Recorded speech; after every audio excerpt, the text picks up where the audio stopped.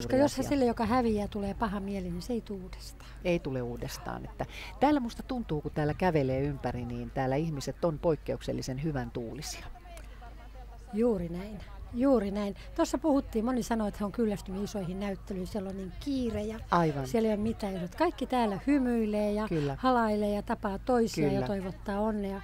Että ilmapiiri, tämä on semmoinen kaivarin henki ihan oikeasti.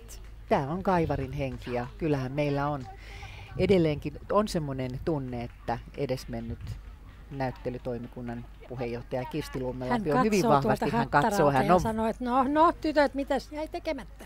Näin on. Onneksi ei ole vielä havaittu sen kummempia tekemättä jättämisiä, että tällä mennään. Ja kyllä. Ihanaa, että voiton puolella ollaan ja ihanaa, että olet täällä näinkin monessa eri roolissa, mutta ennen kaikkea tietysti Suomen Kääpiökoirayhdistyksen hallituksen puheenjohtajan roolissa.